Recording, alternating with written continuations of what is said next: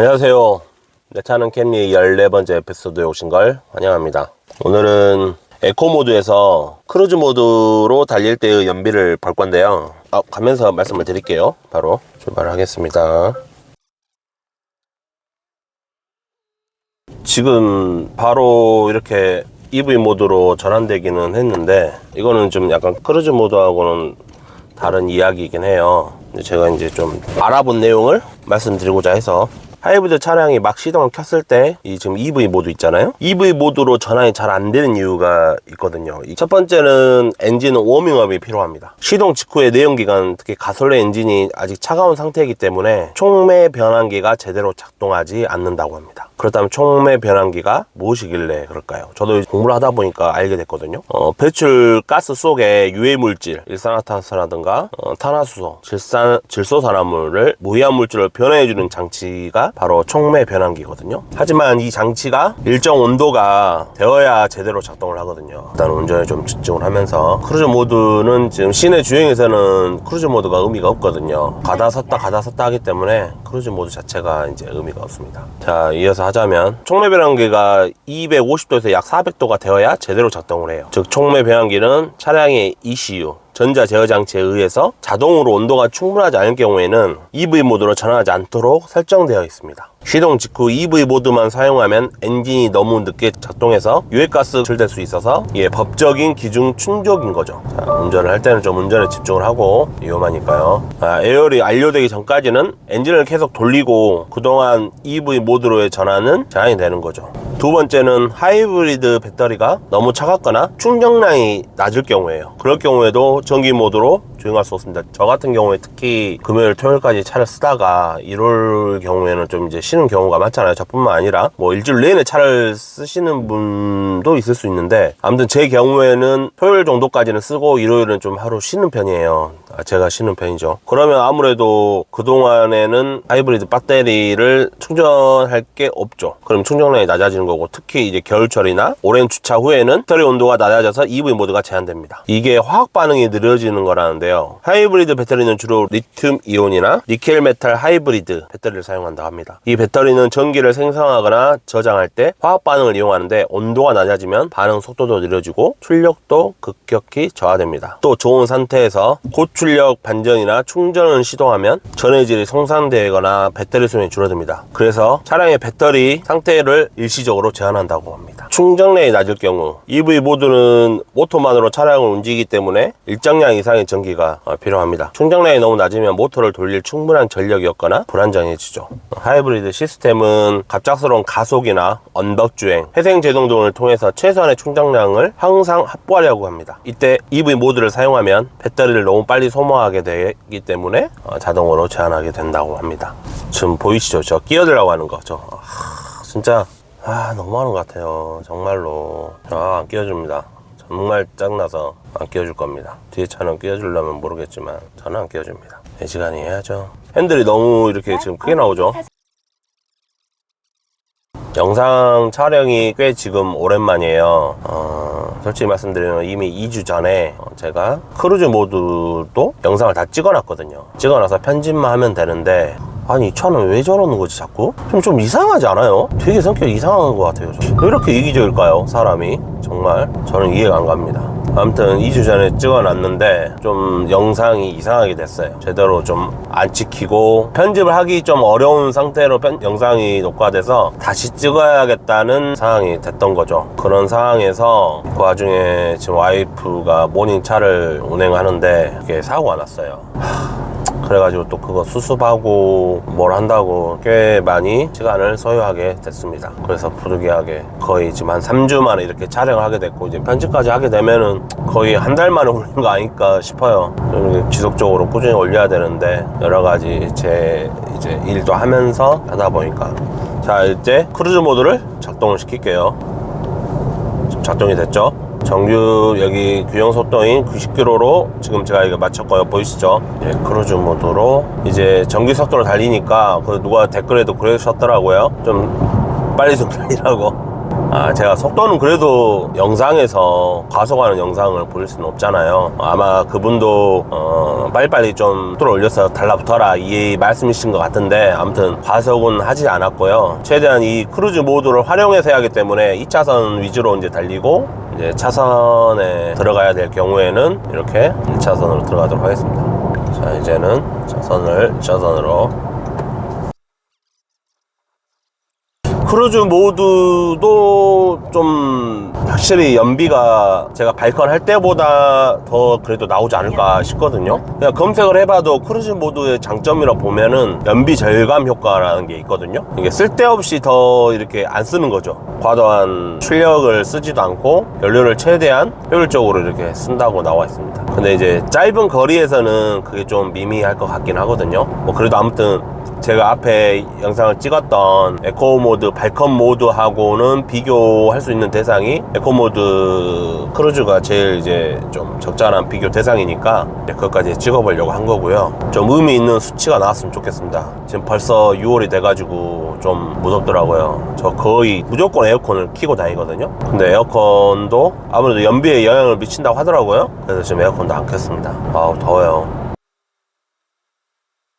운전이 더 중요하다 보니까 저도 영상을 찍지만 여러분 영상을 찍을 때 당연히 그냥 운전할 때보다 위험도는 증가하겠죠. 그러니까 최대한 좀 그렇지 않기 위해서, 와이프도 이번에 사고가 났지만은 진짜 운전은 내가 잘한다 해서 꼭 안 나는 것도 아니고, 그러니까 내가 아무리 잘해도 옆에서 와서 그냥 박아버리면 나는 게 교통사고거든요. 저희 와이프가 이번에 정말 잘했는데도 남이 와서 이렇게 박고 내리자마자 그 난리를 치던 그 할아버지의 그 모습. 자, 이제 브레이크를 밟으면 자동으로 크루즈 모드가 꺼져요.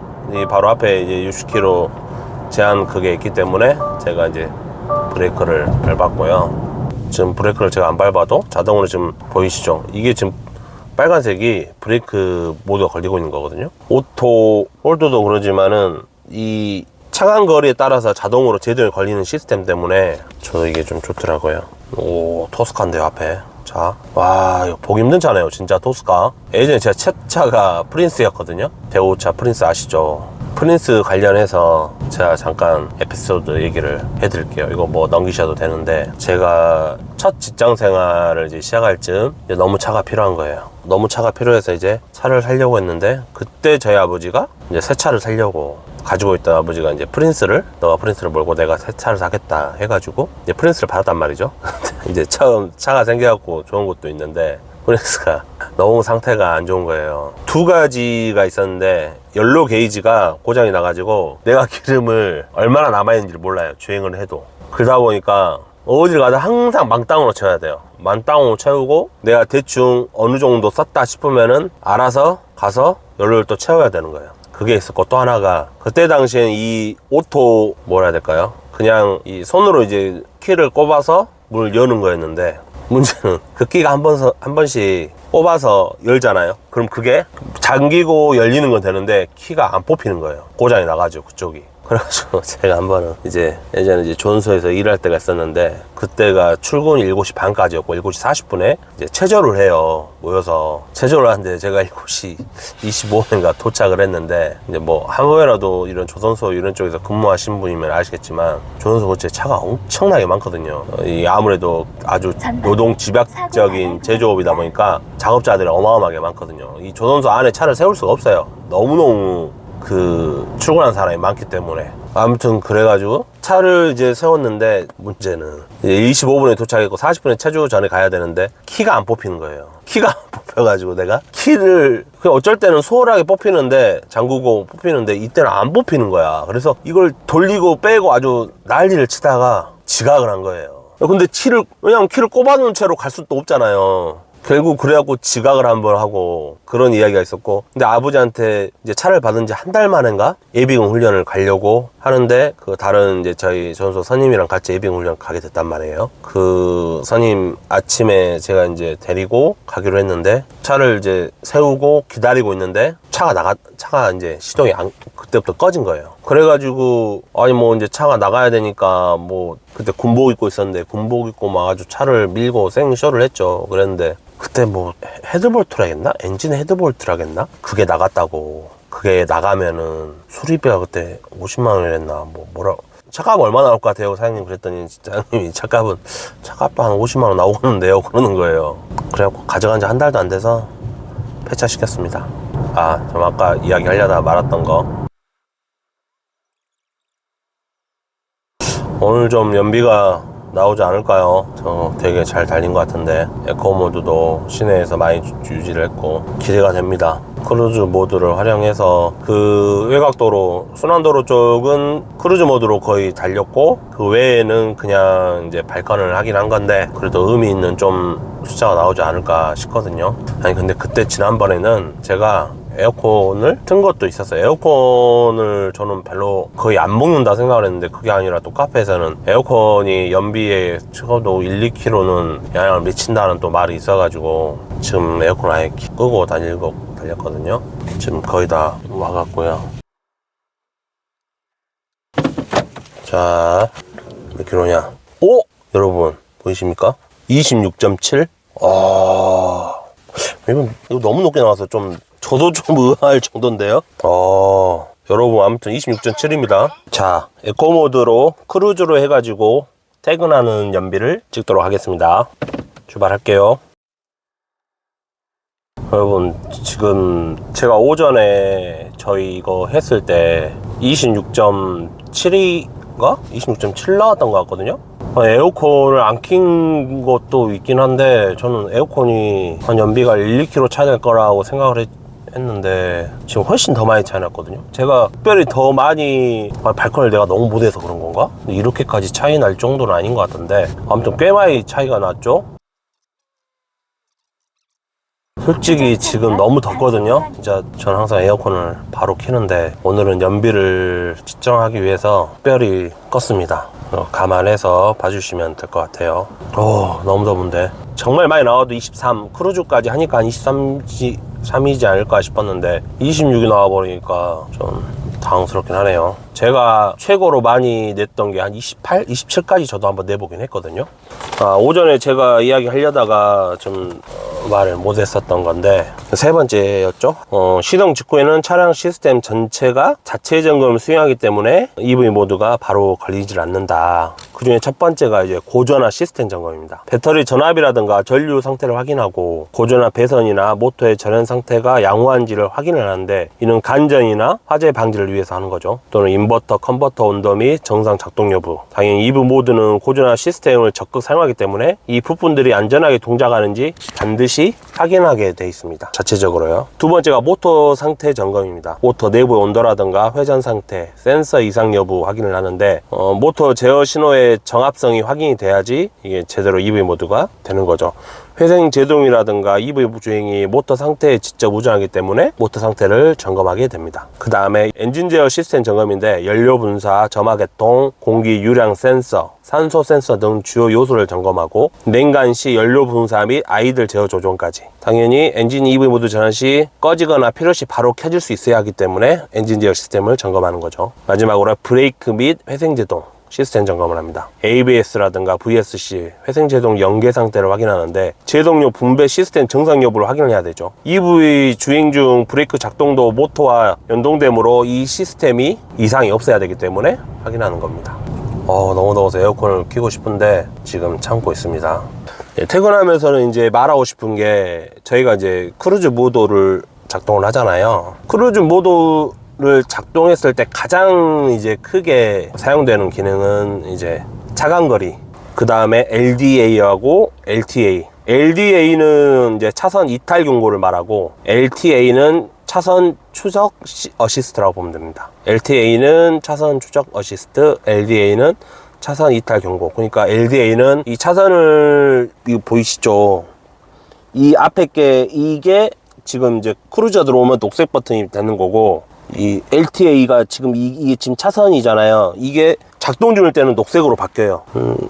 이거는 아직 안 되는데, 이게 쉽게 말하면은 LDA는 이제 차선을 이탈을 하면은 알람이 울리는 거고, LTA는 이 차선을 따라서 달리려고 하는 거죠. 작동 중일 때는 녹색 등이 켜지고, LTA는 대기 중일 때는 회색 등이 켜집니다. 그리고 이제 차간거리, 이거는 이제 지금 보이시죠? 이거 버튼이, 회색 버튼이 하나씩 없어지잖아요. 이따가 다시 얘기할게요. 최대한 좀 EV 모드를 유지를 하면서 차간거리는 지금 보시면은 이 4칸으로 돼 있는 거 있잖아요.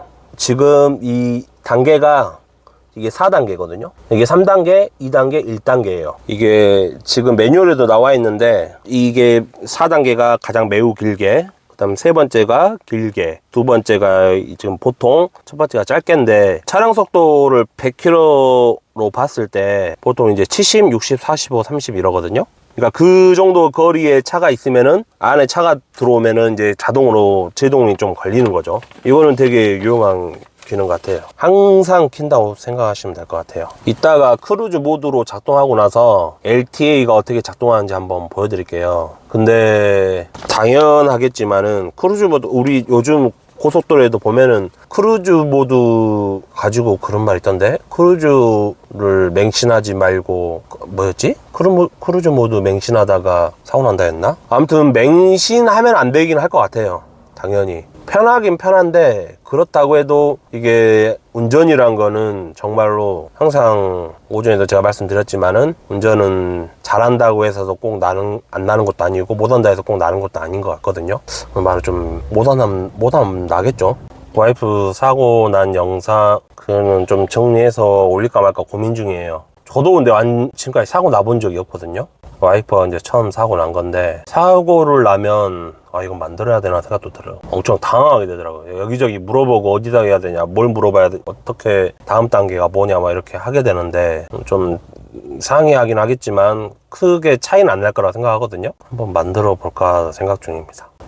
근데 그 스트레스가 장난 아니긴 하더라고요. 아니, 사고를 당한 건 우리인데 좀 그래요. 좀 짜증이 났어요. 자, 출발하도록 하겠습니다. 이제 바로 켰습니다. 자, 이제 녹색불이 들어왔죠?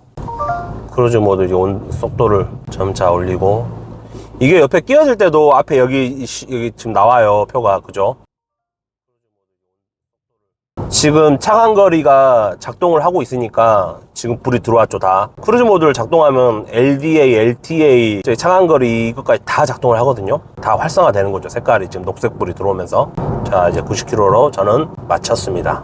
차가 이제 있으니까 당연히 제가 아까 말했잖아요. 지금 보면은 지금 4단계를 제가 차간거리를 유지하다 보니까는 내가 90으로 설정을 해놨어도 속도를 안 내는 거예요. 이제 일단 보시면은 지금 90을 맞춰놨어도 너가 설정한 4단계 거리에 차가 있으니까 내가 90km를 못 내, 이거를 말한 거거든요. 그러니까 이게 차간거리가 작동되니까 지금 이렇게 되는 거예요. 내가 90을 설정을 했지만 무조건적으로 90을 안 하는 거죠. 이제 차간거리를 이제 줄이게 되면은 당연히 속도를 올리겠죠. 하지만 고속도로 같은 경우에는 우리가 보이는 것보다 훨씬 속도가 빠르기 때문에 항상 저는 100m 정도는 항상 둬야 한다, 저는 생각을 하는 주의거든요.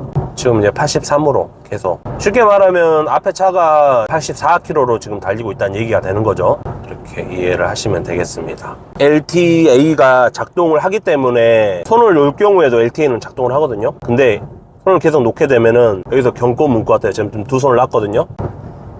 지금 이게 보죠. 핸들 잡으라고 LTA 곧 사용 불가 알람까지 뜨는 거예요. 그러니까 이 LTA가 작동하기는 하지만 너가 주도적으로 이제 손을 잡고 운전해야 된다, 이런 뜻 아닐까 싶거든요.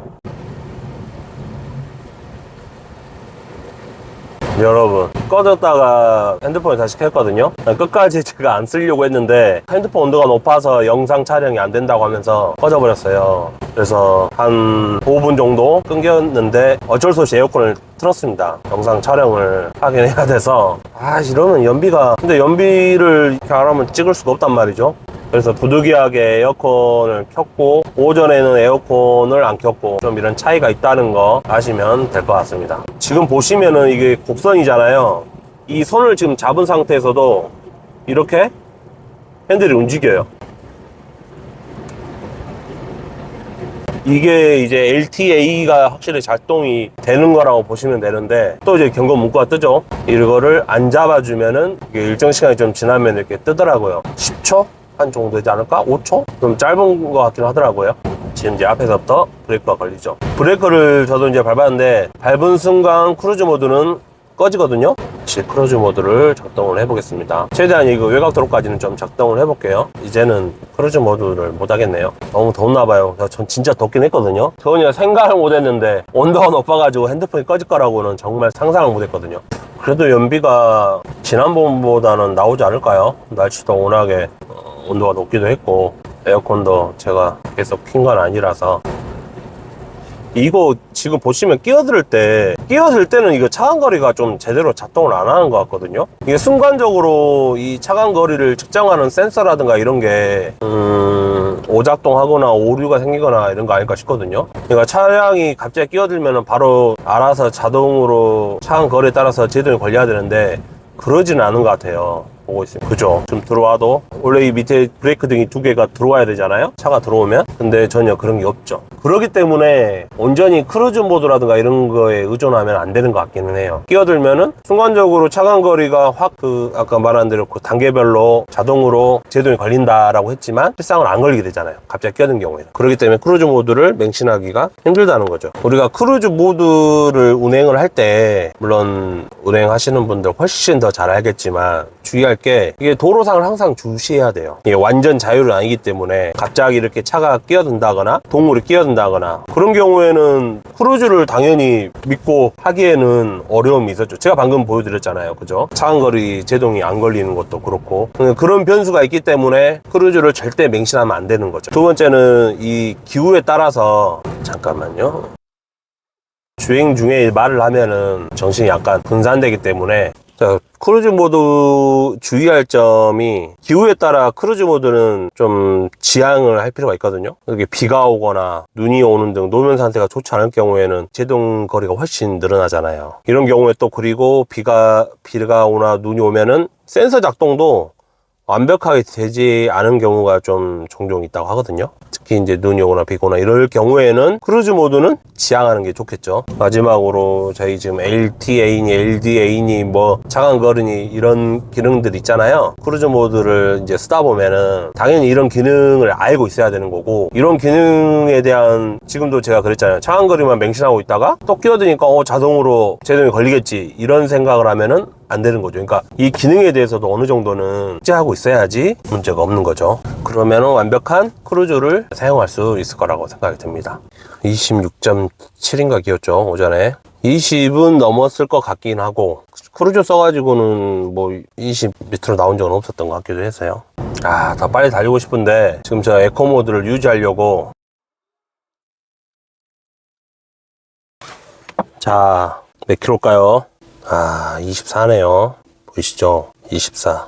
그래도 나쁘진 않은 것 같습니다. 여러분, 영상이 유익했다면 좋아요와 구독 좀 부탁드리겠습니다. 다음 시간에 보도록 할게요. 안녕.